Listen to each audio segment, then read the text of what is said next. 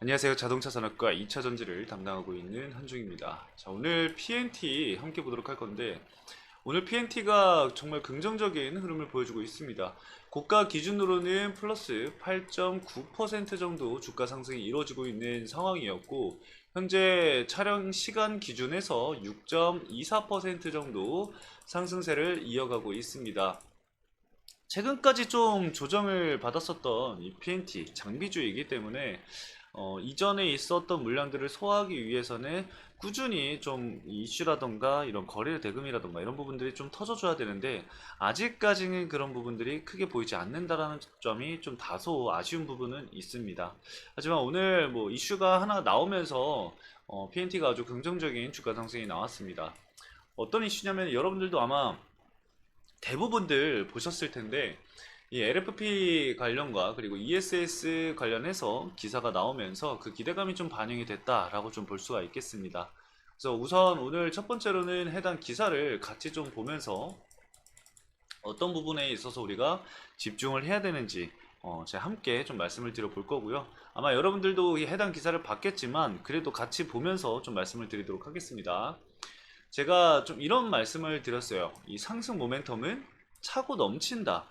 자, 이런 모멘텀이 왜 차고 넘치는지는 잠시 뒤에 말씀을 드릴 거지만 실질적으로 수주 잔고만 본다고 하더라도 엄청나죠. 이 국내 이제 전극 장비 관련주들 보면은 PNT가 사실 국내 1위 기업이고 배터리 3사에 모두 납품을 진행을 하고 있기 때문에, 그리고 이제 뭐 중국에도 납품을 진행을 하고 굉장히 글로벌 기업들에다가도 납품을 진행을 많이 하고 있기 때문에 이 PNT의 수주 잔고가 적지 않습니다. 어느 정도냐면은 2조가 지금 넘어가고 있는 상황이죠.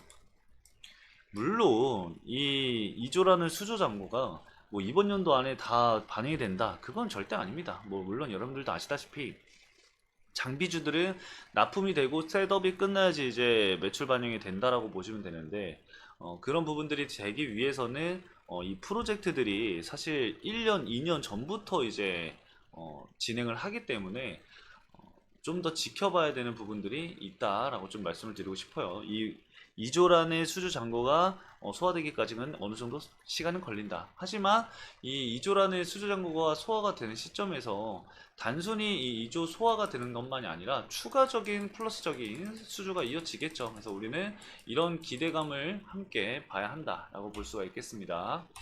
자, 제가 그리고 밑에 이제 24년 실적 반영과 신규 수주가 중요하다라고 이렇게 좀 적어놨는데, 관련해서는 제가 또 이따가 차트 보면서 같이 좀 설명을 드리도록 하겠습니다. 자, 그럼 일단은 먼저 기사 함께 보면서 좀 얘기를 해볼게요. 여러분들도 아마 다 보셨을 거라서 뭐 기사를 뭐하러 읽어줘? 약간 그러시는 분들 분명히 계실 수 있겠지만, 기사를 보면서 또 제 의견을 말씀을 드릴 수가 있기 때문에 한번 보면서 말씀을 드리도록 하겠습니다. 자, 어제 밤에 나왔죠? 어제 밤에 탑 멀티리얼 같은 경우는 이미 2월 달에 반영이 됐었던 이슈라서 해당 기사가 나왔음에도 불구하고 주가 변동성이 별로 없었는데, PNT도 사실 어, 단독으로 이제 막 공개가 된 새로운 이슈는 사실 아닙니다. 원래 기존부터 좀 얘기들이 나왔었던 부분들이기 때문에. 근데 최근에 이제 뭐 이 수주 잔고가 2조가 넘는다, 약간 이런 이슈가 계속해서 나오고 장비주들이 주춤할 때 이 PNT 같은 경우는 꾸준히 수주 공시가 나왔었기 때문에 그거에 대한 상승이 아닐까 생각이 일단 들고 있습니다. 자, 일단 내용을 좀 살펴보면은 국내 배터리 장비 업체들이 이 LFP 배터리 국산화에 도전을 한다라고 합니다.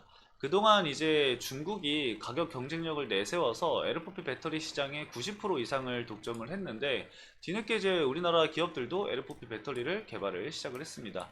이거는 좀 여담이지만 ESS 관련해서 얘기인데, 이건 제가 조금 이따 밑에서 얘기할게요. 네, 밑에서 얘기하겠습니다. 자, 아무튼 이어서 동시에 이제 탑멀티럴과 이 PNT 등의 배터리 장비사들도 이 LFP 배터리 국내 양산에 뛰어들었다라고 해요. 밑에 내용을 보시면은 탑 멀티리얼 내용은 좀 제외를 하고 PNT 내용만 보면은, PNT는 이 LFP 배터리 셀 공장 구축을 위해서 약 1,000억 원 정도를 투자를 할 계획이라고 합니다. PNT 소재의 자회사인 이 PNT 멀티리얼즈를 통해서 투자를 진행을 할 거고요. 이 LFP 사업을 위해서 총 1,000억 원 규모의 투자 계획을 발표를 했고, 먼저 LFP 배터리 셀 양산을 위해서 PNT 본사가 있는 이 경상북도 구미 국가산업단지 내에 공장을 건설할 예정이라고 해요. 그리고 이제 LFP 공장의 연간 생산 능력은 0.2기가와트시라고 합니다. 엄청나게 큰 물량은 아니죠. 네. 아마 추가적으로 증설을 해 나아가지 않을까 생각이 듭니다. 자, 셀 양산을 위한 소재 사업도 함께 추진을 진행을 하는데, 이 LFP 양극재 생산 과정과 물을 이용한 이 친환경 공정을 적용할 방침이며, 이 양극재 생산에 필요한 소송로 사업도 진행을 한다고 합니다. 소송로는 이 양극재 생산의 필수 공정 중 하나다라고 보시면 되는데, 우리가 사실 이런 투자적인 부분들이라던가 뭔가 LFP 배터리 관련해서 이런 이슈들이 앞으로 계속해서 나올 예정이고, 바로 밑에 나와 있는 ESS 관련해서도 우리가 봐야 된다라고 좀 말씀을 드리고 싶어요. LFP 배터리 관련해서는 사실 이 시장 자체가 막 엄청나게 크진 않습니다. 물론 시장 자체가 커질 것은 뭐 기정사실이죠. 왜냐면 현재 국내 기업 같은 경우는 이 3원기 배터리를 계속해서 진행을 하고, 기술력이라던가 뭔가 이 프리미엄을 가지고 계속해서 진행을 했었는데, 수요가 이제 줄어들다 보니까 결국에는 배터리 가격을 낮춰야 된다, 이런 쪽의 이야기가 끊임없이 나온 상황이고, 가격적인 경쟁을 진행을 하다 보니까 3원계 배터리보다 30% 저렴한 이 LFP 배터리를 사용을 하게 되는 거겠죠. 그래서 중국 쪽에서 이 LFP 배터리를 앞세워서 시장을 굉장히 빠른 속도로 점유율을 높여가고 있었던 상황이기 때문에, 국내 배터리 3사도 그대로 있을 수가 없기 때문에 LFP 배터리를 다시 개발 진행을 하겠다라고 얘기가 나왔었던 거고, 2025년도 그때 이제 양산을 진행을 하겠다, 뭐 이런 식으로 얘기가 계속해서 나오고 있는 상황이기 때문에, 우리가 좀 빠르게 지켜봐야 될 포인트 중에 하나다라고 좀 볼 수가 있겠죠. 뭐 물론 올해는 이제 4680, 46파이 관련해서 이슈가 좀 계속해서 나오고 있는데, 일단은 결국에는 LFP 배터리 관련해서 언급이 될 수밖에 없고, 앞으로 계속해서 이 이슈가 될 수밖에 없기 때문에 체크를 하셔야 된다라고 말씀을 드리는 거고, ESS, 이 에너지 저장 장치도 마찬가지입니다. 에너지 스토리지 시스템이라고 여러분들도 알고 계실 텐데, 이 ESS 시장 자체도 사실 그렇게 큰 규모는 아니었지만 앞으로 굉장히 큰 폭으로 커질 것이다 라는 얘기가 나오고 있는 상황이죠. 이 시장 조사기관 블룸버그 뉴 파이낸스를 좀 보면은, 뉴 에너지 파이낸스를 따르면은 글로벌 ESS 시장이 그 규모가 2021년 110억 달러에서 2030년 2620억 달러로 확대가 될 전망이라고 합니다. 그리고 이제 신재생에너지와 전력관리 관련 ESS 수요가 늘어나고 있는 덕인데, ESS는 아시다시피 태양광 그리고 풍력 등을 통해서 발생한 전기를 저장하거나 이 데이터 저장 장치 등 전력 수요가 많은 공장에서 비상시 전력을 공급할 수 있다는 장점이 있기 때문에, 최근에 이제 뭐 전력 반도체라던가 뭐 AI라던가 아니면 뭐 데이터 센터라던가 이런 부분들이 얘기가 계속해서 많이 나오고 있습니다. 그리고 이제 전력 사용 관련해서 꾸준히 이슈가 되고 있기 때문에 ESS 관련해서도 이슈가 계속 될 수밖에 없단 말이죠. 그러면 이제 그 관련해서 관련주들이 끊임없이 이슈가 될 수밖에 없고, 관련 수요가 늘면은 당연히 그 장비를 납품을 하는 이 PNT 같은 경우도 호재로 반영이 될 수밖에 없다 정도로 볼 수가 있겠습니다. 그렇기 때문에 현재 이 PNT 같은 경우는 상승 모멘텀 자체는 사실 차고 넘친다라고 보시면 될 것 같고요. 지금 주가가 좀 많이 조정을 받았었던 상황에서 이 쌍바닥을 그리고 회복세를 좀 보이고 있는 상황입니다. 근데 우리가 봐야 될 부분들이 어떤 거였냐면은, 제가 아까도 말씀을 드렸다시피 24년도 실적이 굉장히 중요합니다. 왜냐면 23년도 원래 이 하반기 말에 이 장비주들의 대규모 수조가 예정이 되어 있었는데, 그때 당시 이제 전기차 수요 부진과 이런 부분들에 있어서 뭐 공장 증설에 대한 지연 부분들, 이런 얘기들이 계속해서 나왔었던 시기였기 때문에 프로젝트 자체가 좀 이 장비 납품이 안 됐던 게 24년도 실적에 이제 반영이 될 거거든요. 그렇기 때문에 24년도 실적이 좋게 나오고, 그리고 24년도 하반기에는 또 새로운 수주 관련해서 이슈가 나올 것이기 때문에 그 부분을 우리가 좀 집중적으로 체크를 해봐야 된다는 거예요. 그래서 일단은 25년도에 이 증설 계획을 가지고 있는 기업들이 굉장히 많기 때문에 그걸 감안한다고 하면은 여러분들도 아시다시피 24년도 하반기쯤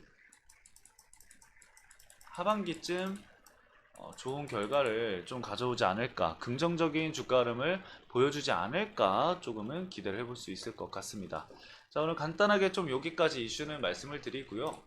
수급적인 측면은 외국인이 최근에 뭐 매수 매도가 계속해서 진행이 되고 있는데, 사실 골드만삭스가 14만 주 정도를 이미 보유를 하고 있는 상황이에요. 예전부터 이제 꾸준히 좀 매수를 해왔었던 곳이었기 때문에 이 단기적으로 조정이 나왔었던 이 구간에서의 매수를 끊임없이 했거든요. 그래서 저항대를 돌파해주는 이 시기에서 골드만삭스 물량이 매도 물량이 나오는지 안 나오는지, 아니면은 이 저항대를 돌파를 했음에도 불구하고 추가적인 매수세가 유입된다라고 한다면은 메이저 수급을 골드만삭스로 잡고 이 상승 견인을 골드만삭스 쪽에서 진행을 한다라고 판단을 해도 됩니다. 그렇기 때문에 그건 우리가 앞으로 좀 지켜볼 투자 포인트 중에 하나이다 라고 좀 말씀을 드릴 수가 있을 것 같고, 장기적인 측면에서 봤을 때는 NH와 KB증권 쪽에서도 좀 많은 물량을 가지고 있어요. 뭐 토스도 그렇고 삼성도 그렇고 10만 주 이상, 15만 주 이상씩 다 보유를 하고 있는데, NH투자증권 쪽이 30만 주를 보유를 하고 있거든요. 마찬가지입니다.